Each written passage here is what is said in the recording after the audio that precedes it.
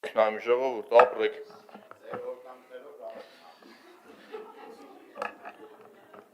Բայց ձեզ լը չեմ օրնե։ Չէ։ Իմ օրնանքին դեռ չեք արժանացել։ Ժողովուրդ,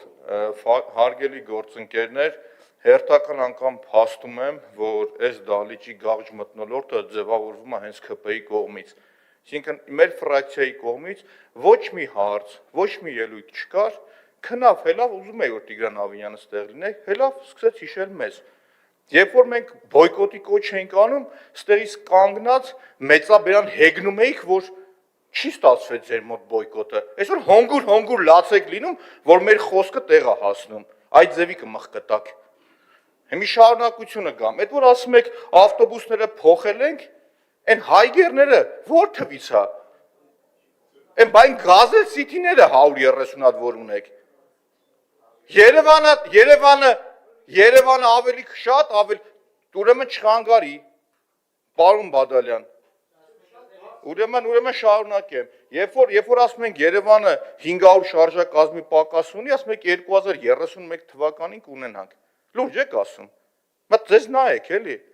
Տիկին Քերոբյան, այդ որ ասում եք ժողովրդի խոսքն եմ փոխանցում, ես ժողովրդի խոսքից մատ ծափ տամ ձեզ ու շնորհավորեմ։ ԿՊ-ականներին շնորհավորում էին ձեզ էլ, պարոն Փամբուխյան։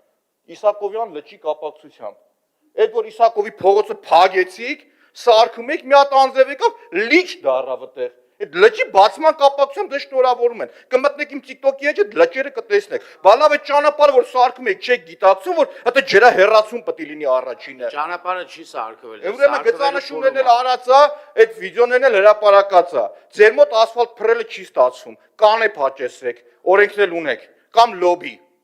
Հիմի շարունակեմ ժողովուրդ։ Այդ որ խոսում եք կարևոր հարցերից մենք քննարկենք, ժողովուրդ, այսօր կասկադի կառուցման հարցներ քննարկեցիք, իհարկե ոչ։ Բա բերեք քննարկենք առարկայական։ Եկե նստե առարկայական լսում էինք ձեզ։ Առարկայական ու լավ սկսեցիք չգիտեմ ինչից խոսել։ Այն մի հարցով որ կար 1.3 կամ 1.5 միլիարդ դրամ պետությունը հրատապ պատվիրված ծառայություն է մատուցում։ Ասում արեք վռած։ Լգուշակեք ինչ։ Մենակ 630-650 միլիոնը հատկացնում եք այն փողոցների ասֆալտապատմանը, որտեղ որ մայիսի 4-ին եվրոպացիներն են գալի։ Հիմա ես այդ եվրոպացիներին գնամ այրոպորտ ասեմ ձեր ջանին ղուրբան, եկեք մի հատ հաղթանակով, մասիվով, սենց ֆռացեք, մի հատ սենց ֆռացեք, որ այդ ճամփեքն է սարքեն։ Բալը նորմալ չի դա ժողովուրդ, հասկանում եք։ Պրոստը նորմալ չի, աննորմալ է, երբ որ դուք որոշում եք, որ պետք է եվրոպացիների մոտ ցույց տաք, որ մեր ասֆալտը լավն է։ Այդ հարցը գաղտնի չզեկուցվող է։ Հալավ ինչքան կարելի է ժողովուրդ։ Ասում եք ընդդիմադիրների մոտ ոչինչ չի ստացվում, հետո խոսում եք որ ընդդիմադիրների խոսքը ազդեցիկ է, ասում են եւ խելոք բոլորը լսում են։ Այդ ոնց է ստացվում, որտեվ հարգում ու սիրում են, խելոք չեն լսում այդ մարդիկ։ Եկեք փողոց դուրս գանք, տեսեք ինձ ոնց են ընդունում ու ձեզ ոնց են ընդունում։ Ուրեմն եկեք մի օր միասին դուրս գանք։ Ուրեմն հենց հիմա, մի րոպե, հենց հիմա ասում եմ, վաղը չեն մյուս օրը ժամը 12-ին Մալացիայի Անդրանիկի արձանի մոտ սպասում եմ։ Ուրեմն ես ֆիքսեցի, ասել եք մարտահրավերը ընդունված է, ովերը չի եկել։ Всё, ժամը 12-ին սպասելու եմ։ Եկեք դուրս գանք տեսնենք, իմ գնահատականն է ձերն է։ Ասի վաղը չեն մյուս օրը ժամը 12-ին Անդրանիկի արձանի մոտը սպասելու եմ։ Հիմի շարունակում եմ։